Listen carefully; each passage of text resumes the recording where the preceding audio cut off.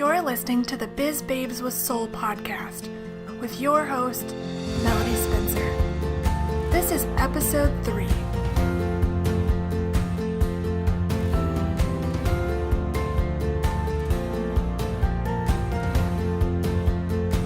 Hey guys, welcome to the Biz Babes with Soul podcast. I'm your host, Melody Spencer. And I am super excited to have Jasmine Ivy here today. I told her before we started, I kind of have a coach crush on her. She's been this amazing piece of inspiration for me in the past year, and I just love her energy and love the amazing things she's doing for women, especially spiritual women in the business world. So I'm so excited to have her here. Jasmine, thank you so much for being here. Thank you so much. That was so nice. Thank you so much. It's all true.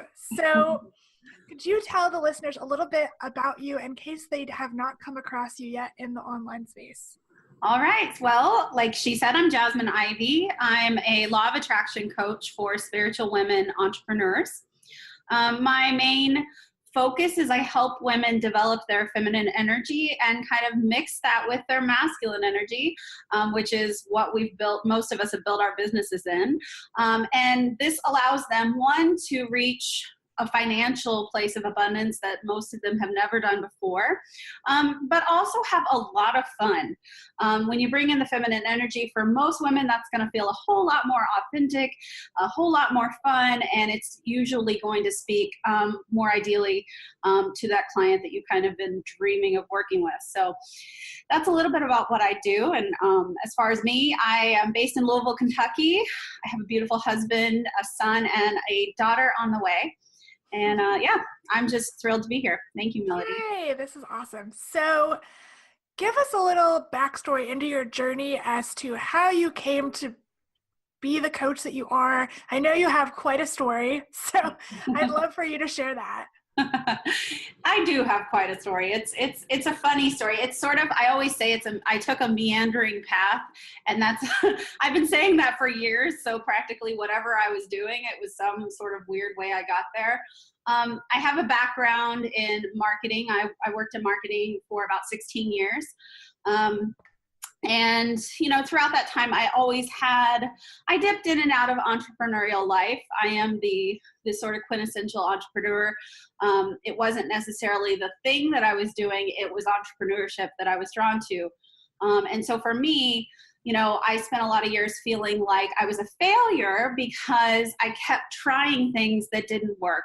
And a lot of women, when they hear that, breathe this huge sigh of relief because our society sort of reinforces how great it is when you turn a passion into a business.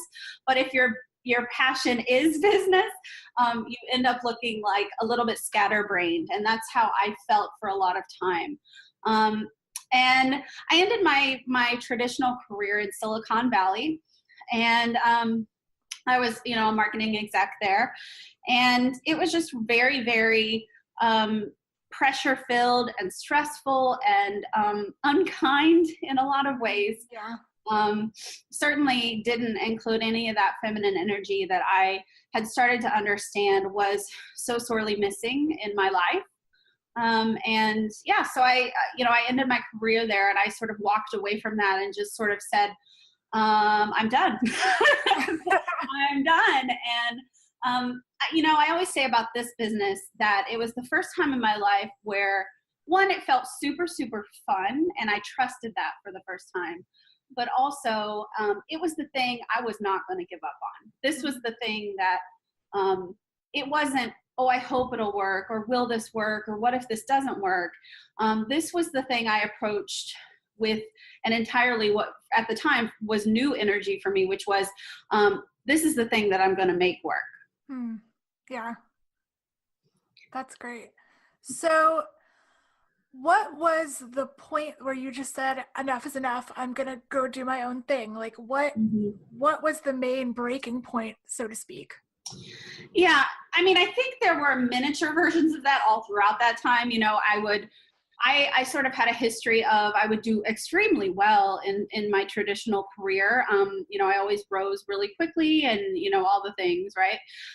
But I always, you know, I would spend a few years at some company or whatever I was doing, and I would just say, I can't do this. And I would walk away and I would do some entrepreneurial venture for a short time that I would then deem a failure. And then I would go back into the traditional world. It was like this just continual cycle of, I can't take it. Let me try this. And then failure. That's how I would have said it at the time. But the main, obviously there was a main breaking point, and that really came, in Silicon Valley. So I lived in Portland, Oregon. Silicon Valley is obviously located in San Francisco.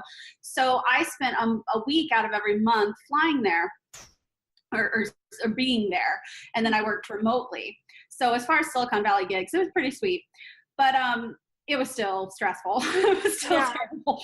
And so my very last trip there, I didn't know it was my last trip at the time, but my last trip there, there was this very strange thing where I landed at the airport and I was headed, it was the morning, I was headed to work, and my ride share car showed up. It matched everything on my phone, and he knew my name, and I got in. And it turned out that he was like a fake rideshare person, and I still don't understand all the ways that this has happened. That's crazy. It was very crazy, and the only way I knew is that my actual driver called me, and he said, "Jasmine, I'm here. Where are you?" And I said, "What do you mean? I'm in the car." And he said, "What do you mean?" And he sort of understood really quickly what was happening. And I sort of laughed because it was just the last thing I expected that something terrible was happening to me. Yeah. And then the driver of the car I was in says, "Give me your phone." And it hit me really hard what was happening. And I still didn't fully, I didn't know, is this someone just trying to steal my phone or rob me or worse, right? I didn't know exactly what was happening. And I still don't, I just don't know exactly what he had in mind. All I knew is everything sort of went through my head at that moment of, I had a brand new child, new son, a wonderful husband.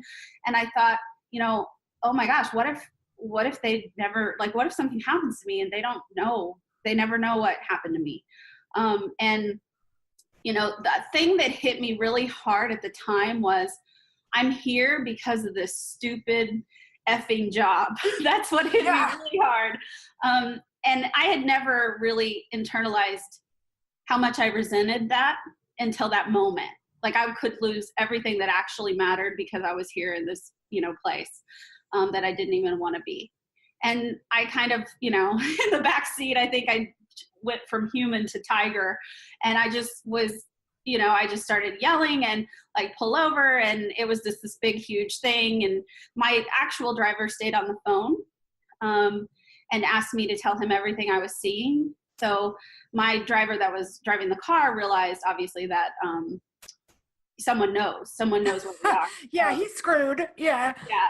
And so he just eventually pulled over, and I got out, and my driver, I managed to talk him to, my real driver, I managed to talk him to me, and he was really, really sweet to me. And, eventually I got to work, but I remember walking into work that day, and it was different. I knew that it was, everything had changed. And, it was just, for me, I still don't exactly know what the heck, was going to happen. I don't know. Thankfully, I don't know. And, but it was enough for me to realize, anything can happen to you at any moment. And,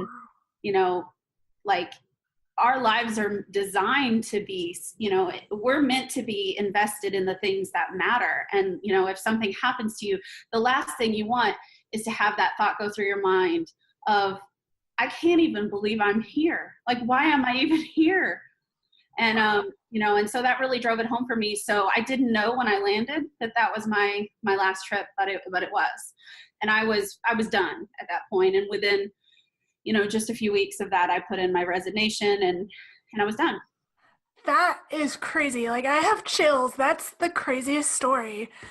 Mm-hmm. Wow. I'm so glad you're okay. Thank you. Yeah. Me too. Insane. Yeah. And I said, really, what was going to happen. was I going to say? Oh, so when did you kind of realize you had spiritual gifts, and how did you decide to marry those with your business ideas? Yeah. So in the woo world, we talk about it as waking up. That's kind of the best way to describe it, right? So the first time that it happened, I think there's a part of me that always knew. I think a lot of people will say that there's this part of me that knew, but I didn't have I didn't have experiences too much as a child. I mean, I had some, but it wasn't like, you hear other people who, they've been talking to people in their bedrooms at night their whole lives. That was not me. But in around 2005-ish, there was a lot of stuff going on in my life. I was sort of at the end of my first marriage. And one day, I always say I woke up on a Tuesday. I woke up on a Tuesday, and it was just very sudden. It was like waking up with an extra sense, and just being acutely aware of something. I didn't even have the vocabulary really for what it was, but I was acutely aware that I had awoken to something, and that something changed the way I saw everything. So I didn't realize until that time that I was at the end of my marriage, but it was like waking up and seeing how out of alignment everything was. And this sort of triggered the long end. I mean, it was like a year later of that marriage. And it was mainly because I had awoken to being able to see things differently, being able to see alignment, being able to sense energy, being able to sense that I was out of sync. And it was all very scary, though, having the abilities open up and having all these weird things happen. And so while I did exit that marriage and moved on in my life, I sort of fought those abilities being open, and eventually they just I went back to sleep effectively. And so it was years later, I almost went back to sleep and then just kind of pretended that didn't exist.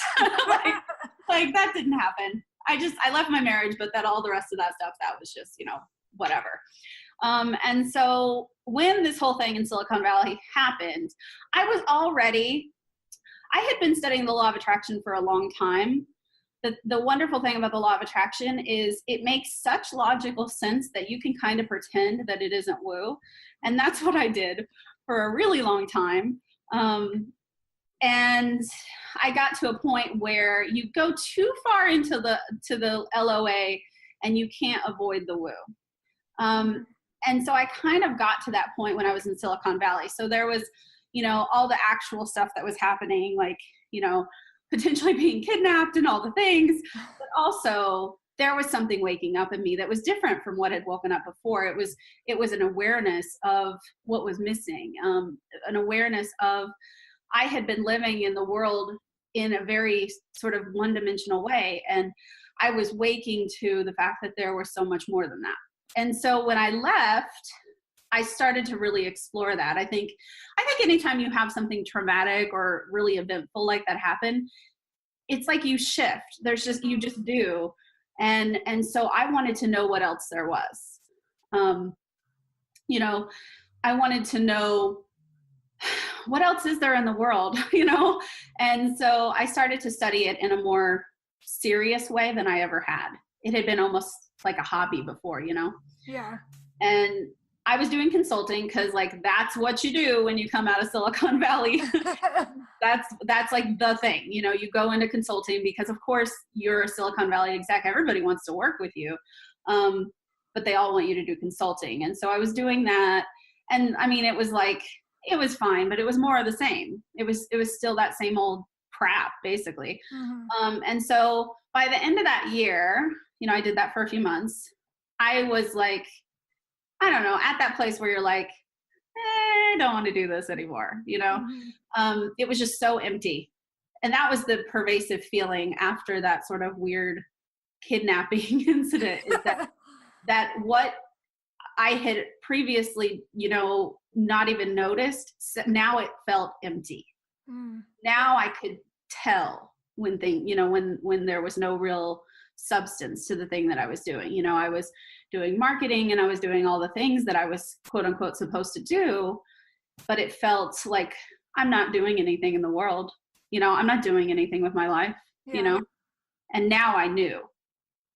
And so over the holidays that year, I had time away from all the work, and I was spending time with my family, and it was just this great thing. And I came back, and something in me just decided, I'm going to do this. I'm going to integrate, all these skills that I already have, right? Marketing and business. And, I'm great at that. I know I can do that. But I'm going to do it in a way that pretty much nobody else does. And at that time, you didn't hear of spiritual business coaches. That did not exist at that time. People didn't even know what the law of attraction was. When I first started using the term woo, no one knew what that meant. No one. Every post I ever used it in, I would have endless comments of people asking me what that meant. Yeah. And so, it was this weird thing that at first people scoffed at, and then they started to listen. And I knew, even when people were still scoffing, it felt unlike anything had ever felt before. And it didn't feel empty. And it felt really fun. And I just, for the first time ever, I said, you know what? I'm going to trust this. Yeah. And here we are. Right? So, how did your husband and your family, how did they react to this? Were they totally on board, or were they like, you're doing what with the what? Like, what? You know what I mean? Yeah. My husband, has always just been this just incredible person who has followed me on so many adventures. While this is definitely off the beaten path, what people expect. I had done so many things. I mean, I had jumped into so many entrepreneurial ventures. I had left jobs that, the outside world was like, what, and, he just has had a faith in me in a way that I didn't, I mean, that's the best thing about having a really good partner, is they fill in that gap of belief in you, even when you can't carry it yourself. Yeah. And he is so much that. So I'm very lucky in that department, and that has helped me, help me have courage to do things. But yeah, I mean, my family, I think, still doesn't get this. It's hard, right? I mean, especially people our parents' age. This is not just weird out in the world right now. It's weird to them, right? It's not just, oh, you're leaving your cushy job. It's, oh, are you a witch? Mm-hmm.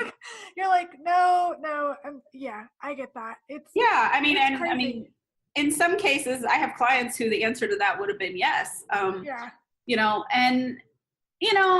feel like I've always had parents who said you can do whatever you decide to do. And, at first I think they were very scared. And then a few months into my business, my husband, we were moving, and my husband left his job without an intention to go back into his industry. His industry was mental health. So he was thrilled to leave that industry.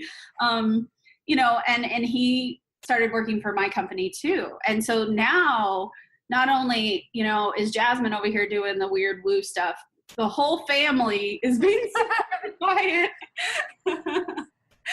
So I think our families were very nervous, as a parent, they just want you to be okay, and especially from that generation. They just want you to be okay. It's not even about happiness. It's about being okay. Yeah. But honestly, a few months ago, I'd been doing this for a long time, and I think my family started to see this is okay. They're really doing it. And, there was outward signs of our standard of living changing tremendously. And I think they realized, this is a real thing. And I've been sustaining it for so long. And my mom said, we were walking through a store, and she said to me, you've been working toward this for a really long time, and you finally did it. Wow. And I was like, that was so insightful, for her to realize that despite the fact that many people would have looked at my journey and said, oh, she just jumped from one thing to another and she quit all these jobs. And, but she saw how there was a thread of this that I was heading toward my whole life, really. That's amazing. Yeah. Yeah. Wow. So once you started, how did you get to the point that you are at now? Because you're, people may not know, you're very successful. You have amazing clients. You're making good money. How did you get from, hey, I'm going to be a spiritual entrepreneur coach to where you are now? Yeah. Well, so, I mean, it's really easy to tell the story as from right when I launched. But the truth is, and this is true for a lot of people, and if someone out there is listening and, they've just started things, what I want you to know is you've probably been working toward this a really long time. Mm-hmm. And so I definitely had. So all of the experiences, in the different businesses I had and also in the traditional jobs that I had, they added up to this. And I leaned on those experiences and those skills going into this.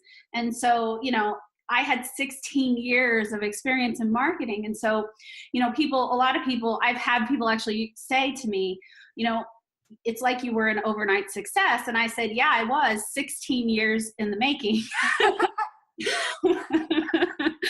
So, I think one of the things that is lacking in a lot of entrepreneurs, especially because people see, they see outward success, and they think, oh, I can have that right away. And I'm not saying that you can't, have your really quick success, but the truth is outward success is a reflection of a lot of inner work, a lot of behind the scenes things that you didn't see. And so for me, people say, how did you, do this? Because about 4 months into my business, I began having 5-figure months.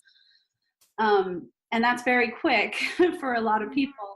But, it's almost like I'd been training for this for a long time. And so one of the things I think is missing for a lot of people is patience, and the willingness to decide, if this is the thing that lights you up and you're seeing people, be inspired by you and motivated by you, whether they're paying clients or not, and this is the thing, then decide that this is the thing and make this happen. And if you are not willing to put in the time to make that happen, then it's not your thing. And that's okay. But understand that this was not going to fail. This just wasn't going to fail. I was going to do this. Yeah. Yeah. That's so inspiring. I'm like, oh, okay. I feel like I'm getting a free coaching session right now. What was I going to say? Yeah. So for those of you who are not technically or don't feel like you understand what law of attraction is and woo, can you give like a little definition of what that is for them and how they might be able to like awaken those senses or those intuitive abilities or something like that? Yeah. So law of attraction, you often hear, the definition you usually hear is that thoughts become things. So basically the basic definition is that what you think about becomes your reality. I really like, I've kind of developed a more in-depth definition than that. And that's that your thoughts become the things, but your emotions fuel that journey. And then your belief systems actually sort of build the road for you to get where you are, from where you are to where you're going. Mm-hmm. And so a belief really influences what we see in our reality. And all a belief is a thought we think again and again and again.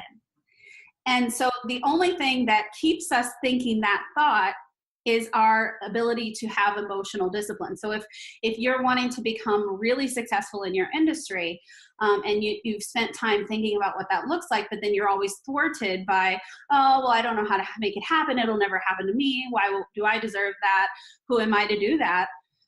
Having the emotional discipline to sort of rein in and understand that those thoughts are just thoughts. You can change them anytime you want. You can choose the thoughts you think, and that's how they become belief systems, and that's how they become reality.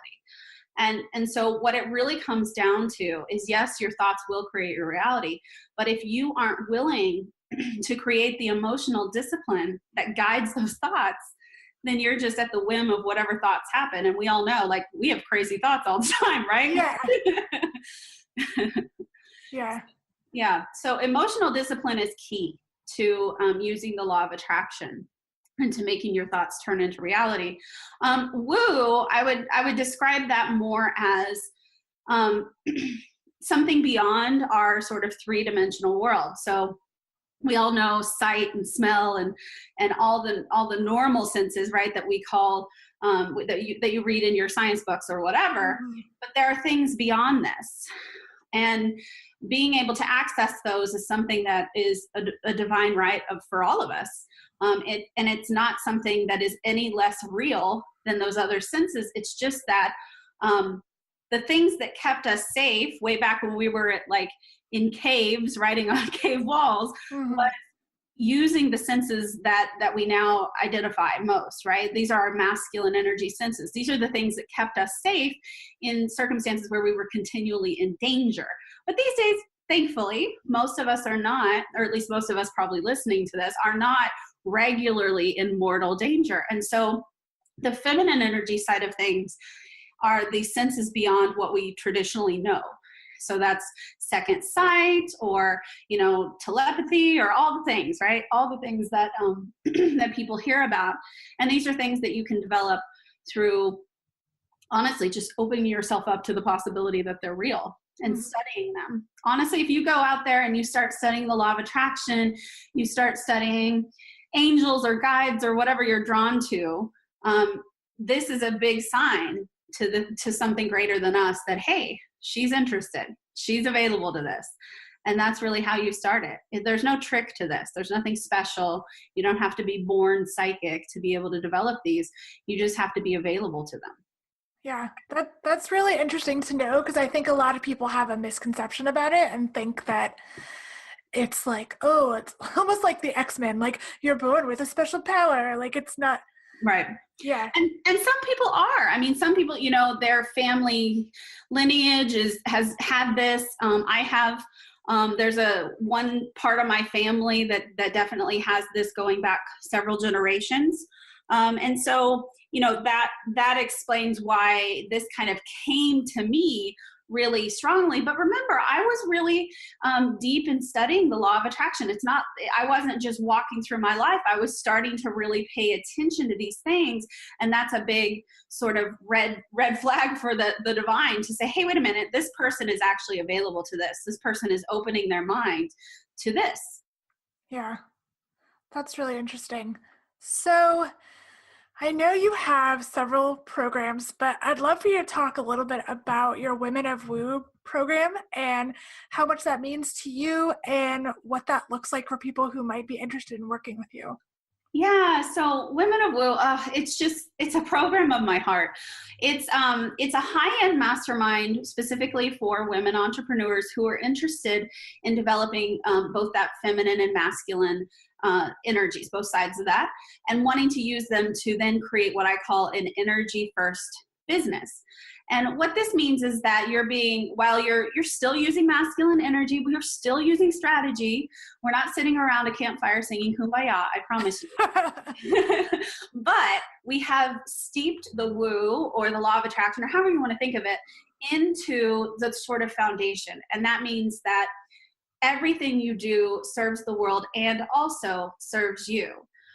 We are able to then create great impact as well as great financial abundance. And so we're always wanting to balance both, because particularly women, although I am sure this is true for men, whether they admit it or not, building a business that really only gives you back money is such an empty thing. Yeah. And being able to create significant impact and see that go on and on through your clients or your customers, it's such a special thing. And so that's really what we're focused on in Women of Woo. And it's a 6-month mastermind, and we explore both sides of it. We do tons of strategy in your business, but we also really explore your woo and focus on how to open those gifts up and how to work those into your business, whether you're wanting those to be something you sell as a service or not. About half of the women in my groups sell these things as services as they develop them, but half of them don't. It just becomes something that serves them and that allows them to, it really just enriches their offers. They're not necessarily selling oracle readings or something. Yeah. And my goal with Women of Woo is really a bigger goal than just to help these women develop these skills. My goal is to change the way business works, because I, for so many years, was a product and a casualty of how business runs. And I think we can really significantly impact the world when we allow women to understand that they can create financial resources for themselves in a way that serves them. I believe in women a lot. I believe women can change the world. And so that's really part of what I'm doing with that. And I've seen that. I have a client who a little over a year ago was nearly homeless with her new son, and now creates consistent 5-figure months. Wow. I've had clients who struggled to meet, 3 or 4K a month and started hitting 11 and 12K months. I've had clients go from struggling to offer services at all for like $200, and within 6 months, by the end of their mastermind, they were selling things at 6 and 7K, and they were selling out. And this is really cool and shiny, but also look what this does for them and their families. Yeah. And it creates the abundance for them. It creates stability for them. And this allows them to put their energy into really good things. Yeah. And so my goal is to work with really good people and do really good things, all of us. That's amazing. Yeah, I love that it's about empowering women to do things to help other women and other people. It's not just about, hey, look, I made money. I think that's so different. You're doing things so differently, and I love that. Thank you. Yeah, it's a really, really special program. We have such a high renewal rate too, that our next round is coming up in July, but it will sell out this month. I sell out at least 2 months in advance every round, and it's a really spectacular just incubator, because you're in there with these women who they really understand at this point the value of putting their energy into energy and doing things differently and really becoming the thing that they want to see in the world. And then they attract goodness to them. It's really inspiring. Wow. So if anyone wants to join your program or get in touch with you, how would they do that? Yeah, so my website is jasmineivy.com. If you want to know specifically about Women of Woo, you can go to jasmineivy.com/Women of Woo. Women is plural with an E. You can also check me out on Facebook. I have this amazing group of women. It's called Reinvention Queens. It's a free group. I do tons of trainings in there. It's just a really good group. People promote themselves, but they do it in such a beautiful way. It is not at all a spammy group. It feels very supportive, and it's just an amazing thing to see a bunch of women coming together, supporting one another, giving each other really good, solid advice when they need it, and just, helping each other rise. Yeah. And I totally agree with you. That's how I first came in contact with Jasmine. And it's a very different Facebook group. Like, it's very supportive, has good energy, and it feels like you're in like a sisterhood, not a spammy business group. So. Absolutely. Yeah, it's really fun. And, my clients call each other sisters. So it's funny you said sisterhood. Sisterhood I unexpectedly found is my superpower, really creating space for women to feel that sisterhood. And again, we've been missing that for a long time. Yeah.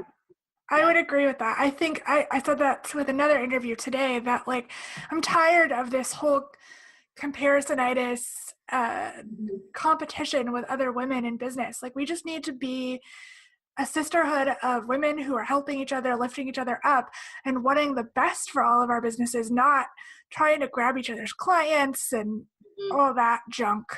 Exactly. Connection over competition. Yeah. That's what it's all about. Yeah. Well, thank you so much, Jasmine. I just loved this conversation, and I think that the listeners will get as much out of it as I did. So thank you again. Thank you. Thank you for joining me for the Biz Babes with Soul podcast. Don't forget to like, subscribe, and share with your friends. To learn more about me, Melody Spencer, and the show, please visit swiftlysocial.com.